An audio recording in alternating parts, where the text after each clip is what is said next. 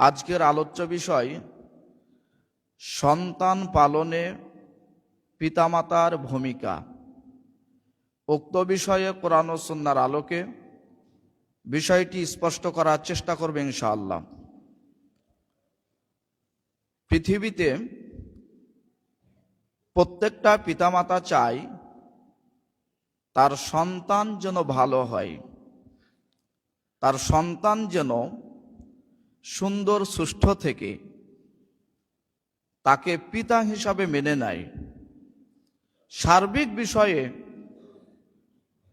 পিতামাতা একটাই উদ্দেশ্য থাকে, সে নিজে পিতা হয়ে যাই করুক না কেন তার মন চায় যে আমার সন্তান যেন ভালো হয়। এতে পিতা যে সেক্টরে থাকুক, একটু চাঁড়ো তো, নিচে হচ্ছে, ঠিক আছে। সম্মানিত উপস্থিতি,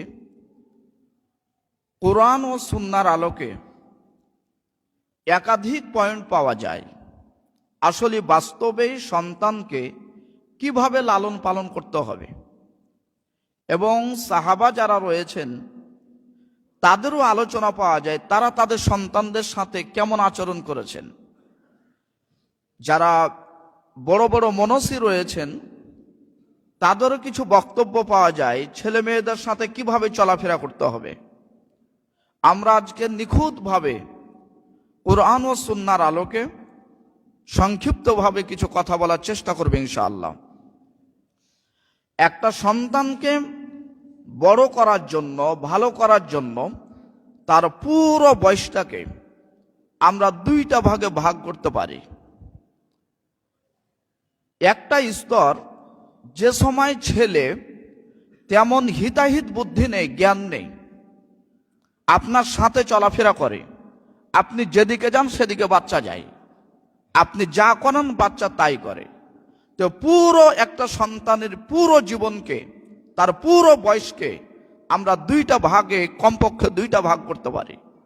একটা ভাগ হলো যখন সন্তান হিতাহিত জ্ঞান নেই, বুদ্ধি নেই, তবে বাপ মার সাথে চলে, হ্যাঁ না বুঝে, খাবারের নাম জানে, এই অবস্থা, কিন্তু তাকে সেইভাবে কোনো ওজনশীল গুরুত্বপূর্ণ বক্তব্য তার কাছে পেশ করা যাবে না, তবে আপনি যা করেন সেটা দেখে সে শিখতে পারে, এই একটা অবস্থা। আর দ্বিতীয় সময় হলো যখন তাকে কথা বলার প্রয়োজন, আদেশ নিষেধের প্রয়োজন, যখন একটা মোটামুটি বয়সে এসেছে তখন আপনাকে তার সাথে কথা বলা লাগবে। আমরা এই দুইটার আলোকে, সন্তান যখন ছোট, মায়ের পেট থেকে জমিনে আসলো তখন থেকে নিয়ে মোটামুটি 6-7 বছর পর্যন্ত, এই সময় বাচ্চাকে কিভাবে আপনার বাড়িতে রাখতে হবে, এটা একটা পয়েন্ট। আর দ্বিতীয়, যখন সন্তান একটু বড় হলো তখন আপনি সন্তানকে কোন বিষয়গুলোর আদেশ নিষেধ করবেন। আল্লাহ রাব্বুল আলামিন তিনি মুহাম্মদ রাসূলুল্লাহ সাল্লাল্লাহু আলাইহি সাল্লামের মাধ্যমে প্রত্যেকটা পিতামাতাকে তার সন্তানের প্রথম অবস্থান কিভাবে করতে হবে, কেমন হতে হবে, সে সম্পর্কে নবী মুহাম্মদ রাসূলুল্লাহ সাল্লাল্লাহু আলাইহি সাল্লাম তিনি বিবরণ দিচ্ছেন। আবু হুরায়রা রাদিয়াল্লাহু তাআলা আনহু থেকে বর্ণিত, তিনি বলেন, কুল্লু মাউলুদিন ইউলাদু আলাল ফিতরা, প্রত্যেকটা সন্তান ইসলামের ওপর জন্মগ্রহণ করে, হোক সে মুসলিমের ঘরে অথবা অমুসলিমের ঘরে। যেহেতু জুমার দিন, অতিরিক্ত বিশ্লেষণে যাব না, মুসলমানের বাড়িতে জন্মগ্রহণ করুক বা হিন্দুর বাড়িতে করুক বা খ্রিস্টানের বাড়িতে করুক, প্রত্যেকটা সন্তান ইসলামের ওপর জন্মগ্রহণ করে। তার মানে ইসলাম পালন করতে পারবে এমন শক্তি, এমন মেধা, এমন গতিবিধি দিয়েই একটা সন্তানকে পৃথিবীতে পাঠানো হয়। এই জন্য একটা বিশদ ব্যাখ্যা আছে, একটা বিশদ ইখতিলাফ আছে যে মুসলিমের কোনো সন্তান যদি যুবক হওয়ার পূর্বে, সাবালক হওয়ার পূর্বে যদি মারা যায় তাহলে সে জান্নাতে যাবে নাকি জাহান্নামে যাবে। যারা মুহাদ্দিসিন ইকরাম রয়েছেন তারা 50-50 উভয় দিকে আলোচনা করেছেন। অধিকাংশ তারা বলতে চেয়েছেন যে তারা জান্নাতে প্রবেশ করবে, যেহেতু তারা ইসলামের ওপর জন্মগ্রহণ করে এবং যুবক হওয়ার পূর্বে আমল করার পূর্বেই তারা মৃত্যুবরণ করেছে, কাজেই তারা জান্নাতে প্রবেশ করবে। আবার কিছু মুহাদ্দিসিন ইকরাম তারা বলছেন যে না, হতে পারে তারা তাদের পিতামাতার আদর্শেই বড় হতো, কাজে তারা জাহান্নামে যেতে পারে। আমি ওই বিষয়ে আপনাকে স্পষ্ট করতে চাচ্ছি না আজকে, ওই মাসালার আজকের প্রয়োজন নেই। তবে আপনাকে এটা বোঝাতে চাচ্ছি নিখুঁতভাবে যে সন্তান ইসলামের ওপর জন্মগ্রহণ করে। আল্লাহ রাসূল তাই বলছেন, কুল্লু মাউলুদিন ইউলাদু আলাল ফিতরা, প্রত্যেকটা সন্তান ইসলামের ওপর জন্মগ্রহণ করে। ফাবওয়াহু ইউহাফিদানিহি, তারপরে তার পিতামাতা তাকে ইহুদি বানায়। এবার আপনার আমার সাথে কথা, বাচ্চা ছোট 2 বছর বয়স আপনার পিছনে পিছনে হাঁটে, বাচ্চা 3 বছর বয়স আপনার পিছনে পিছনে হাঁটে, বাচ্চা 1 বছর বয়স আপনার সাথে থাকে। এই বাচ্চার জন্য আপনার পরিস্থিতি কেমন হতে হবে? বাচ্চা মানুষ করবেন, বাচ্চা বড় করবেন, আরে বাচ্চা তো পড়বে 7 বছরের পর, বাচ্চা তো পড়বে 10 বছরের পর। যদিও বাংলাদেশের মানুষ আবেগে বাচ্চা ভর্তি করে 5 বছর বয়সে, 5 বছরের বাচ্চা ভর্তি করে, এই প্রতিষ্ঠান বলে কথা না, পৃথিবীর যে কোনো প্রতিষ্ঠানে ভর্তি করেন, ওই 5 বছরের বাচ্চাতে কোনো লাভ হবে না। যত সময় যাচ্ছে, যত আধুনিক অত্যাধুনিক হচ্ছে সমাজ, তত অনেক সিদ্ধান্ত ভুল হচ্ছে। 4 বছরের বাচ্চা কেন যে কোনো প্রতিষ্ঠানে ভর্তি হবে, ক্লাসকে নামাতে নামাতে নামাতে এমন নিচে চলে এসছে, কিসের পেলে কিসের নার্সারি করতে করতে পারে না যে পেটের বাচ্চাকে নিয়ে যে ও স্কুলে রেখে চলে আসে। তার মানে কেন এই কাজ করছে? যৌক্তিক কিছু কারণ আছে, কিছু যৌক্তিক কারণ আছে যেগুলো খুতবাতে বলার প্রয়োজন নাই। স্বামী তো আছে বিদেশে, বাচ্চাটাকে ঢং করে নিয়ে এসেছে প্রতিষ্ঠানে। 4 বছর বাচ্চা কেন প্রতিষ্ঠানে থাকবে? ওতে কিছুই বুঝেনি। বাচ্চা খেলার বয়সে খেলবে, পড়ার বয়সে পড়বে, গবেষণার বয়সে গবেষণা করবে।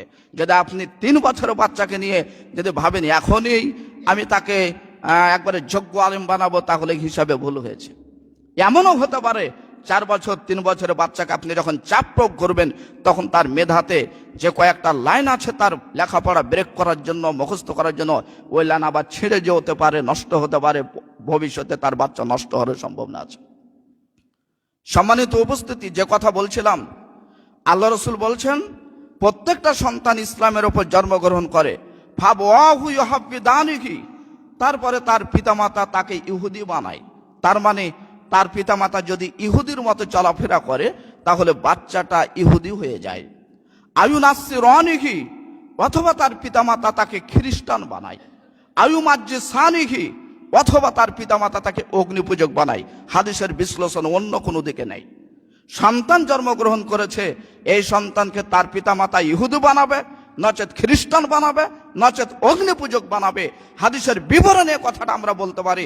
আর পিতামাতা যদি ইসলামের ওপর চলাফেরা করে, তাহলে অবশ্যই সন্তান ইসলামের ওপর বেড়ে উঠবে। আজ থেকে 1500 বছর পূর্বে আল্লাহ রাসূল যে বাক্য দিয়ে গেছেন, কিয়ামত পর্যন্ত যত আইনজীবী বুদ্ধিজীবী আসবে, বাংলাদেশ সহ সারা পৃথিবীতে যত শিক্ষা সচিব আসে, সকলগুলো যদি একদিকে হয়, তবু আল্লাহ রাসূল সাল্লাল্লাহু আলাইহি সাল্লামের কথাকে মাইনাস করার মতো কেউ নেই। একটু উদাহরণে যান, একটা মাস্টারের ছেলে, তো মাস্টারের বউ খুব ডিজাইন করে চলে, চুলটা উল্টা দিকে সিধা হয়, ডানে বামে কাপড় থাকে না। তো দেখেন তার যে ছোট বাচ্চা 6 বছরের, সেও সিধা করেছে উল্টা দিকে দিয়ে সে চলাফেরা করছে। আর একটা ডাক্তারের মেয়ে, তো ডাক্তারের বউ আবার ডাক্তারি পোশাক পরে থাকে, তো তার মেয়ে আবার বলে যে আমি এই পোশাক নেব, এই পোশাক নেব। পক্ষান্তরে একজন আলেম, একজন হাফেজ, তার বউ বোরখা পরে চলে, হিজাব পরে চলে। দেখেন ছোট বাচ্চাটা তার আম্মুকে বলছে আমাকে একটা হিজাব কিনে দাও। তাহলে আজ থেকে 1500 বছর পূর্বে যেটা আল্লাহ রাসূল বললেন যে সন্তান জন্ম হওয়ার পরে এই সন্তানকে পিতামাতা হয় ইহুদি বানায়, অথবা খ্রিস্টান বানায়, অথবা তাকে অগ্নিপূজক বানায়। কাজে কেউ যদি কোনো পিতা মন চায় যে সন্তানকে ভালো করব, তাহলে তাকে আগে নিজে ভালো হতে হবে, তাকে ভালো হতে হবে, তার বউকে ভালো হতে হবে, তার পরিবারকে ভালো হতে হবে, তারপরে টেন্ডেন্সি নিতে হবে আমার বাচ্চা ভালো হবে। আপনি পৃথিবীর প্রত্যেকটা প্রতিষ্ঠানে দিন, যে কোনো প্রতিষ্ঠানে শিক্ষক তাকে ধরে ধরে 3 মাস পর প্রতিষ্ঠান ছুটি হবে, তো 3 মাসে ছেলেটাকে কষ্ট করে সিকিউরিটি দিয়ে, গার্ড দিয়ে, সব কিছু মিলে ছেলেটাকে শিখালো যে মোবাইল টিপতে হবে না, মোবাইল দেখতে হবে না, ছবি দেখতে হবে না। তো 3 মাস ছেলেটা ঠিকই ছিল, যেমনই বাড়িতে গেছে, বাড়িতে যে দেখছে তার মা তো একবারে 6 হাতের ফোন চালায়। এবার ওই বাচ্চা কি করবে? ওই বাচ্চা তার মায়ের বালিশে মাথা দিয়ে, তার মাও দেখছে, সেও দেখছে। তাহলে এই বাচ্চা যে নষ্ট হওয়ার মূল হবে তার বাপ মা। এখনো বাচ্চা 7-8 বছরও যায়নি, বাচ্চা যখন দেখে শিখবে সে সময় বাচ্চার মায়ের এবং বাপের অবস্থা হতে হবে। তাহলে হাদিসে স্পষ্ট বোঝা যাচ্ছে, যেই বাড়িতে যেই পিতামাতা চাইবে আমার সন্তান ভালো হোক, আমার সন্তান সঠিকভাবে উঠুক, সেই পিতামাতাকে চেষ্টা করতে হবে তাদের উভয়কে একেবারে ইসলামিক নিয়মের ওপর টিকে থাকতে হবে। আল্লাহ যেন কবুল করেন, সকলে পড়ি আল্লাহুম্মা আমিন। যারা মুসল্লি আছেন নারী পুরুষ, আমি সকলের প্রতি উদাত্ত আহ্বান, যেন আবেগ, যেমন ভালোবাসা, যেন মায়া দয়া, এই মায়া ভালোবাসা যেন আপনার সন্তানের ধ্বংসের কারণ না হয়ে দাঁড়ায়। অধিকাংশ পিতামাতার ভালোবাসা এটাই সন্তানের ধ্বংসের কারণ হয়ে গেছে বর্তমান সময়ে। আপনার সন্তান যদি মানুষ করতে চান, তাহলে বাসাতে যদি প্রয়োজন না থাকে তাহলে বড় ফোনকে ভেঙে নষ্ট করে রেখে দিতে হবে, কারণ আপনার সন্তান আপনার কারণে ওখানে শিখবে। এখনো তো আপনি প্রতিষ্ঠানে বাচ্চা আনতে পারবেন না, বাচ্চা তো বয়স 2 বছর, 3 বছর, 4 বছর, 5 বছর। কিন্তু আল্লাহ রসুল বললেন কি, তার পিতামাতা ইহুদি বানাবে বা খ্রিস্টান বানাবে বা অগ্নিপূজক বানাবে ইত্যাদি ইত্যাদি। তাহলে আপনার বাড়িতে যে বড় ফোন থেকে ছেলেটা নষ্ট হলো, এ ফোনকে নষ্ট করতে হবে, ছেড়ে দিতে হবে। আপনি বাড়িতে 5 ওয়াক্ত সালাত টাইম অনুযায়ী আদায় করার চেষ্টা করতে হবে, সন্তান যেন আপনার পিছনে লাইন দেখে। আপনি সন্তানকে ভালো করার জন্য ফজরে আজান হয়েছে, আপনাকে আগে উঠা লাগবে, আপনাকে আপনার বউকে, তাহলে সন্তান একদিন এমনিতে উঠবে। সন্তানকে অতিরিক্ত মায়া দয়া ভালোবাসা করে নিচে নামিয়ে দেওয়ার চেষ্টা করিয়েন না। হাদিসের বিবরণে আপনাদেরকে যেটা বোঝাতে চাচ্ছি, একটা সন্তানকে হোক সেটা ছেলে বা মেয়ে, তাকে সুন্দর সুষ্ঠুভাবে বড় করার জন্য প্রথম ভূমিকা রাখবে তার পিতামাতা। আর সেটাকে পিতামাতাকে অবশ্যই ইসলামিক আইনে চলাফেরা করার চেষ্টা করতে হবে। সম্মানিত উপস্থিতি, আপনারা জ্ঞানী মানুষ বসে আছেন, বাস্তবে আমাদের সন্তানগুলো প্রতিষ্ঠানের আগেই তার বাড়িতেই তার পিতামাতার চলাফেরার কারণে সন্তানগুলো নষ্ট হয়েছে। বাংলাদেশের মোটামুটি 75% বা 80% সন্তানেরা, কারণ অধিকাংশ বাড়িতে পিতামাতা ঠিক নাই, সালাত নাই, সিয়াম নাই, কথাবার্তা ঠিক নাই, চলাফেরা ঠিক নাই, কাপড় চোপড় ঠিক নাই, গতিবিধি ঠিক নাই, আর ওই পরিবেশ দেখে সন্তানও ঠিক তাই শিখেছে। তাই নবী মুহাম্মদ রাসূলুল্লাহ সকলে বলি সাল্লাল্লাহু আলাইহি সাল্লাম, তিনি কিয়ামত পর্যন্ত সন্তান কিভাবে লালন পালন করতে হবে এই জন্য তিনি পিতামাতাকে সাবধানতা উল্লেখ করে শক্ত ভাষা দিয়ে বলছেন, ফাবওয়াহু ইউহাব্বিদানিহি আয়ুনাসসিরানিহি আয়ুমাজ্জিসানিহি, তোমরা পিতামাতাই তাকে অগ্নিপূজক বানাও, ইহুদি বানাও, খ্রিস্টান বানাও। তারপরে আল্লাহ রসুল উদাহরণ পেশ করছেন, কামা তুমতিজুল বাহিমাতু বাহিমাতাং জামআ হাল তুহিসুনা ফিহা মিন জাদআ। যখন কোনো চতুষ্পদ জন্তুর যখন বাচ্চা হয়, তখন বাচ্চাটা খুব সুন্দর থাকে, থাকে না কান কাটা, থাকে না হাত পা ভাঙ্গা। সেই বাচ্চাটা যেমন সুন্দরভাবে এসে পৃথিবীতে কিছুদিন পর এলোমেলো হয়ে যায়, তেমনইভাবে একটা সন্তান জন্মগ্রহণ করার পরে অ্যাকুরেট ইসলামের ওপর জন্মগ্রহণ করে, তারপরে তার পিতামাতা তাকে নষ্ট ভণ্ড পথে তাকে নিয়ে চলে যায়। সম্মানিত উপস্থিতি, যে যেখানে থাকুন না কেন, আপনার সন্তান যখন হয়েছে তখন আপনাকে খুব নিখুঁতভাবে খেয়াল রাখতে হবে আপনার সন্তানকে মানুষ করার জন্য। এতদিন চাকরি করতেন, বেতন ইনকাম করতেন 40,000, 10,000 কমিয়ে দিতে হবে, তবুও সন্তানের প্রতি খেয়াল রাখতে হবে। যদি এখন 10,000কে আপনি মাইনাস না করতে পারেন, যদি মনে করেন আরো লাভ বেশি নিব, তো 15 থেকে 20 বছরের পরে দেখবেন এই টাকা আপনাকে বুঝাতে হবে। কিভাবে? সন্তান যখন বাকিয়ে যাবে তখন দেখবেন আপনার টাকাতে আপনার সম্মান ধরে রাখতে পারেনি। তখন আপনি ভাববেন, আমার টাকা কি, আমার পয়সা কি, বাড়ি ঘর কি, আমার ছেলে মদের আড্ডায় কেন, আমার ছেলে গন্ডার মধ্যে কেন, আমার ছেলে ওই আমচত্বরের ওই মাইনাস পয়েন্টে ছেলেদের সাথে কেন, আমার ছেলে ওই আমচত্বর জামচত্বরে ঘুরে কেন, তখন আপনার পথ থাকবে না। কাজে আপনার যখন সময়, তখন আপনাকে পরিবারের সুন্দরভাবে খেয়াল রাখতে হবে, যেটা আবশ্যিক দায়িত্বর অন্তর্ভুক্ত। সম্মানিত সমবেত মুসল্লিবৃন্দ, তাই নবী মুহাম্মদ রাসূলুল্লাহ সাল্লাল্লাহু আলাইহি সাল্লাম তিনি বলছেন, পিতামাতার অভ্যাসকে পিতামাতার চলাফেরার নিয়ম নীতিকে সন্তানকে পালন করার জন্য পিতামাতার অভ্যাসকে পুরোপুরি সুন্দরভাবে চলার চেষ্টা করতে হবে। আল্লাহ যেন আমি সহ আপনাদের সকলকেই সে তৌফিক দান করেন বলি আমিন। সম্মানিত মা ও ভগ্নীগণ, আপনারা যারা খুতবা শুনছেন, আপনার আচরণটা যেন ভালো হয়। এক সময় ইবাদত করতে পারতো না মানুষ খাবার না থাকার কারণে, আর এখন মানুষ ইবাদত করতে পারে না খাবার থাকার কারণে। খাবার খেতে খেতে এত বেশি খাবার খেয়েছে যে ওই খাবার খেয়ে তার শরীর আর ইবাদতের দিকে চলে না, অলসতা নেমে এসেছে। 3 বার খাবার খেলেই চলবে, 6 বার কেন লাগবে? 3 বার খেলেই চলবে, এত 6 বার 9 বার লাগবে কেন? তারপরে যদি প্রয়োজন লাগে লাগতে পারে, কিন্তু তা বলে এমনটা যেন আপনার বাক্যে একবার না হয় খাবার বেশি হয়েছে এই জন্য উঠতে পারি না বিছান থেকে। তাই মুহাম্মদুর রাসূলুল্লাহ সাল্লাল্লাহু আলাইহি সাল্লাম খাবার কিভাবে খাবে তার একটা নিয়ম নীতি দিয়েছেন, যেখানে তিনি বলেছেন খুব বেশি হবে না, পেটের একটা জায়গা যেন হালকা থাকে, যাতে করে উঠতে বসতে চলতে সব সময় যেন আপনি হালকা থাকেন। কাজে আপনার খাবারের প্রতি হিসাব করতে হবে।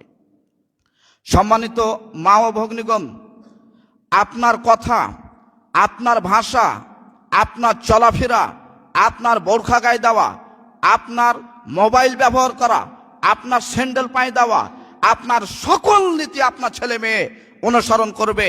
কাজে যারা এই বক্তব্য শুনছেন, খুতবা শুনছেন, পৃথিবীর যে যেখান থেকে শুনছেন, যদি কেউ সন্তান ভালো করতে চায়, সন্তান যদি মানুষ করতে চায়, তাহলে নিখুঁতভাবে আল্লাহ রাসূল বলছেন ওই বাপ মাকে আগে নিজেকে ঠিক হতে হবে। কাজে যেই নারীরা সে নিজে চুল কেটে আঘাত রাখলো, তার বাচ্চা নিচে নামবে, কথাই চূড়ান্ত। যেই নারীরা নিজে আঙ্গুলের নখ বড় করে দিল, সেই বাচ্চা নিচে নামবে, কথাই চূড়ান্ত। কাজে আপনি মহিলা হয়ে যদি বাচ্চা ভালো করতে চান, আপনার সন্তানকে মানুষ করতে চান, তাহলে নিখুঁতভাবে আপনি বড় ফোনকে ছেড়ে প্রয়োজন ছাড়া সেই ফোনে অন্য কিছু থাকবে না। আজকে বাংলাদেশের যত প্রতিষ্ঠানে অ্যারাবিক প্রতিষ্ঠানগুলি আছে, শিক্ষকরা খুব সুন্দর করে শিক্ষা দেয়, কিন্তু বাড়িতে যে সে শিক্ষার মান থাকে না। আপনি মা, আপনি মহিলা মাদ্রাসা বাচ্চা ভর্তি করেছেন, অথচ আপনার চুলে 6 রকমের কালার করা আছে। কোন স্বভাবে আপনি এই কাজ করতে পারেন? আপনার মেয়ে মহিলা মাদ্রাসার লাভ হবে না, ওই 6 কালারই চুল করবে। আপনি মহিলা মাদ্রাসায় বাচ্চা ভর্তি করেন বাচ্চাকে হাফেজা আলেমা বানার জন্য, অথচ আপনি চুল কোন শরমে আঘাত রেখে চুল কাটেন? ওটা নাকি ডিজাইন, ওটা নাকি সৌন্দর্য। তাহলে ওই ডিজাইন করলে বাচ্চা ওই ডিজাইনে যাবে, এ কথা আমি বলিনি, বলছেন মুহাম্মদুর রাসূলুল্লাহ সাল্লাল্লাহু আলাইহি ওয়াসাল্লাম। আপনি বাচ্চা, আপনার মেয়ে সন্তান, আপনার মেয়ে সন্তানকে আপনি যোগ্য নারী করে তুলতে চাচ্ছেন, খাদিজা আয়েশা বানাতে চাচ্ছেন, সুন্দরভাবে চলাবেন, অথচ আপনি ভুরুর চুল তুলে শেষ করে দিয়েছেন। আপনার বাচ্চা, আপনার মেয়ে ভুরুর চুল তুলবে, এ কথাই স্বাভাবিক। সম্মানিত মা ও ভগ্নীগণ, কাজেই আপনি আপনার সন্তানকে নিখুঁতভাবে একজন সুসন্তান করার জন্য আল্লাহ রাসূল যে কথা বলেছেন সেই কথা মেনে নিতে হবে। তার মানে পিতা মাতার অভ্যাস আগে 1 নম্বর ভালো হতে হবে। যারা পিতা বসে আছেন, সিগারেট বিড়ি সহ যত হারাম খাদ্য আছে যেগুলো আপনার ছেলে দেখতে পায় সেগুলো বর্জন করুন। আপনি সিগারেট খান মানে আপনার ছেলে সিগারেটের অভ্যাস ধরে নেবে। আপনার প্যান্ট টাকনোর নিচে আছে, তার মানে আপনার সন্তান সেইভাবেই চলবে। আপনার মুখে দাড়ি নাই, তার মানে আপনার সন্তান মুখে দাড়ি রাখবে না, ওই স্বভাবে সে বেড়ে উঠবে। সম্মানিত উপস্থিতি, সারাংশ কথা, একজন সন্তান যখন সেভাবে হিতাহিত জ্ঞান নেই, সে সময় সে সন্তান শিখবে পিতামাতার অভ্যাস। কাজেই পিতামাতার অভ্যাসকে ভালো হতে হবে। আল্লাহ যেন কবুল করেন, সকলে পড়ি আল্লাহুম্মা আমিন। সন্তান যখন কিছুটা শিখলো, কথা বুঝতে পারে, তখন আপনি সন্তানকে প্রথম কোন কথাগুলি দিয়ে তাকে আদেশ নিষেধ করবেন, কি পরামর্শ দিবেন? একজন ব্যক্তি পরামর্শ দিয়েছিলেন, লোকমান হাকিম। তিনি তার সন্তানকে পরামর্শ দিয়েছিলেন, উপদেশ দিয়েছিলেন, যার কথাগুলি আল্লাহ কোরআনে কোড করে দিয়েছেন। এখনো বর্তমান সময়ে কিয়ামত পর্যন্ত কেউ যদি সন্তানকে সুন্দরভাবে জান্নাতমুখী করতে চায়, তাহলে লোকমান হাকিমেরই উপদেশ দেওয়া লাগবে, অন্য কোনো উপদেশের প্রয়োজন নেই। লোকমান হাকিম এত জ্ঞানী ব্যক্তি ছিলেন, যার কথাগুলি আল্লাহ তাআলা কোরআনে কোড করেছেন, এবং সেগুলো আমাদের প্রয়োজনীয় কথা। আমরা একটু সামনে আগাই। লোকমান হাকিম এর নিকটে তার সন্তান অত্যন্ত প্রিয় ছিল, অত্যন্ত প্রিয়। স্বাভাবিক পিতা মাতার কাছে সন্তান প্রিয়ই থাকে। তো লোকমান হাকিম ভাবলেন যে আমি যেহেতু সন্তানকে ভালোবাসি, কাজে আমার সন্তানকে আমি কোনোভাবে মাইনাসে যেতে দেব না, বিপথে যেতে দেব না। আপনারাও চান, যারা এখানে এসেছেন, নিজে সুদ খায় কিন্তু সে চায় যে আমার ছেলে যেন সুদখোর না হয়, নিজে ঘুষ খায় কিন্তু সে চায় আমার ছেলে যেন ঘুষ না খায়। এইভাবে মানুষের চলাফেরা। লোকমান হাকিম তিনি ভাবলেন আমার সন্তানকে আমি সঠিক পথের দিশা দিব। তাই লোকমান হাকিম সর্বপ্রথম তার সন্তানকে বলছেন, ইয়া বুনাইয়া, হে বৎস। যদি বুনাইয়া শব্দের আরবিক বিশ্লেষণ করা যায় তাহলে বের হয়ে আসবে যে এখানে লোকমান হাকিম তার সন্তানকে খুব স্নেহময় ভাষা বলেছেন। আরবিক গ্রামার অনুযায়ী শব্দটা এভাবে বোঝায়, ইয়া বুনাইয়া, হে বৎস, লা তুশরিক বিল্লাহ, তুমি আল্লাহর সাথে কোনো সময় কোনো অবস্থাতে শরীক স্থাপন করিও না। তাহলে লোকমান হাকিম সন্তানকে সর্বপ্রথম যে উপদেশ দিচ্ছেন সেটা হচ্ছে যে তুমি আল্লাহর সাথে শরীক স্থাপন করিও না। বাংলাদেশের 195% পিতামাতা তার সন্তানকে কিভাবে বলবে যে তুমি আল্লাহর সাথে কোনো সময় শরীক স্থাপন করো না? 195% মানুষ, 195% পিতামাতা নিজেই তো শিরকের মধ্যে ডুবে আছে, তাহলে সে তার সন্তানকে কিভাবে আদেশ করতে পারে যে তুমি আল্লাহর সাথে শরীক করিও না? কত জায়গায় বললেন, কত জায়গায় আপনি বলেছেন, মুখটা আপনার এবড়ো থেবড়ো হয়েছে, মুখটা এলোমেলো হয়ে গেছে। আপনি কিভাবে আপনি সন্তানকে বলতে পারেন যে আপনি আল্লাহর সাথে শরীক করিও না? আপনি তো নিজেই শিরকের মধ্যে গণ্য আছে। পৃথিবীতে যে কোনো ধরনের যে কোনো বিধানকে সাময়িক কিছুটা সময় মেনে নেওয়া যায়, একটা সুন্নাতের বিষয়, একটা অন্য বিষয় স্বাভাবিক সময়ের জন্য কিছু 19-20 করা যায়, কিন্তু পৃথিবীতে একটাই বিষয় যেটাতে জীবন চলে গেলেও 1 সেকেন্ডের জন্য 19-20 করা যাবে না, সেটা হলো শরীক করা আল্লাহর সাথে। তাই আল্লাহ রসুল বলছেন যে তুমি শরীক করিও না। যদিও তোমাকে কেটে ফেলা হয়, আগুনে পুড়িয়ে দেওয়া হয়, তোমাকে যদি হত্যা করা হয়। এই হাদিসের ব্যাখ্যা আবার কিভাবে আলেম ওলামা করে, যারে কিছু টাইমের জন্য শরীকের সাথে নাকি আপোষ করা যায়। শব্দ একেবারে স্পষ্ট। যত বিদ্বান আছে, যত হাদিস বিশারদ আছে, তারা এই শব্দগুলির কোনো দ্বিতীয় তারা পরামর্শ দেয়নি, দ্বিতীয় বিশ্লেষণ দেয়নি। অথচ 1500 বছর পরে এসে বাংলাদেশের শব্দগুলি বিশ্লেষণ পুরোপুরি পাল্টে গেছে।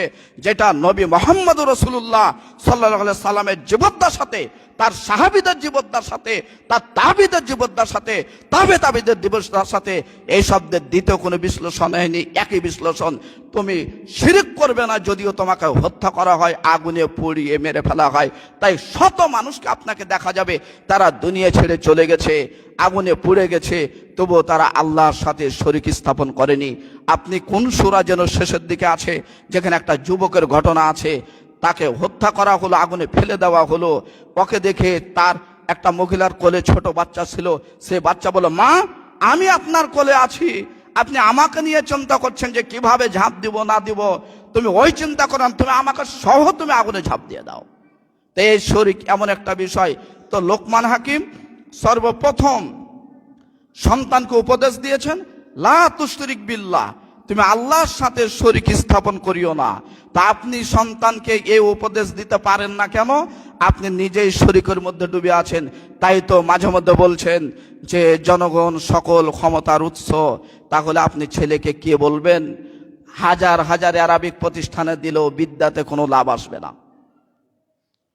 আপনি যা মাঝে মধ্যেই কবরের পাশে যে দাঁড়িয়ে বলছেন চুপ থাকো, কয় মিনিট? 3 মিনিট, 6 মিনিট, 1 মিনিট, কিয়ামত পর্যন্ত কবরের পাশে যে চুপ থাকার বিধান কোন সময়ের জন্য 1 সেকেন্ডের জন্য বৈধ হবে না।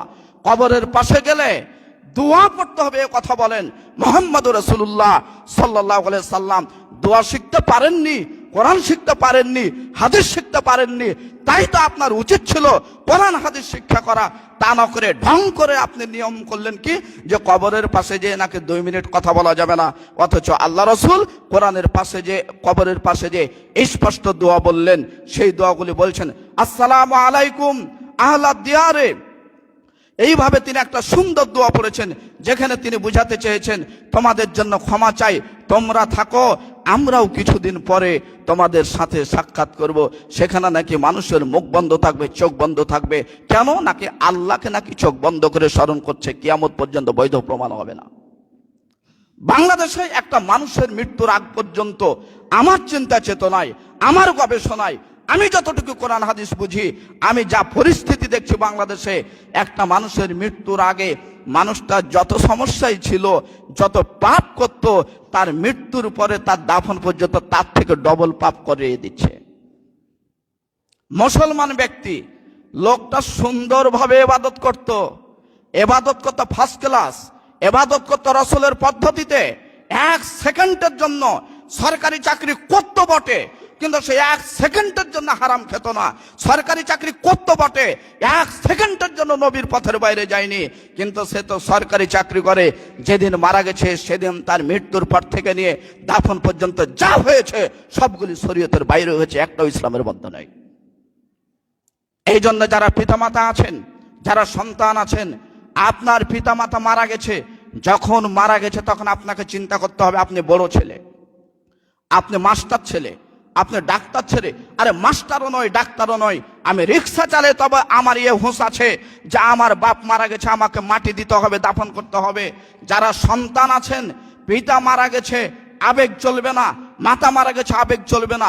পিতামাতা যদি মারা যায় তখন আপনি নিখুঁতভাবে এটা নিয়ত করবেন, আমার পিতামাতাকে আমার হুঁশ থাকা পর্যন্ত, শরীরে রক্ত থাকা পর্যন্ত, আমার আব্বা আম্মাকে আমি নিখুঁতভাবে শরীয়তের ওপর, শরীয়তের নিয়মে দাফন করবো ইনশাআল্লাহ, এরকম নিয়ত থাকতে হবে। যদি পিতামাতা এরকম, সন্তান যদি এরকম টাইট অবস্থায় না থাকে, তো তার পিতামাতার দাফন হবে ইহুদি খ্রিস্টানের দাফনের চাইতে নিকৃষ্ট নিয়মে।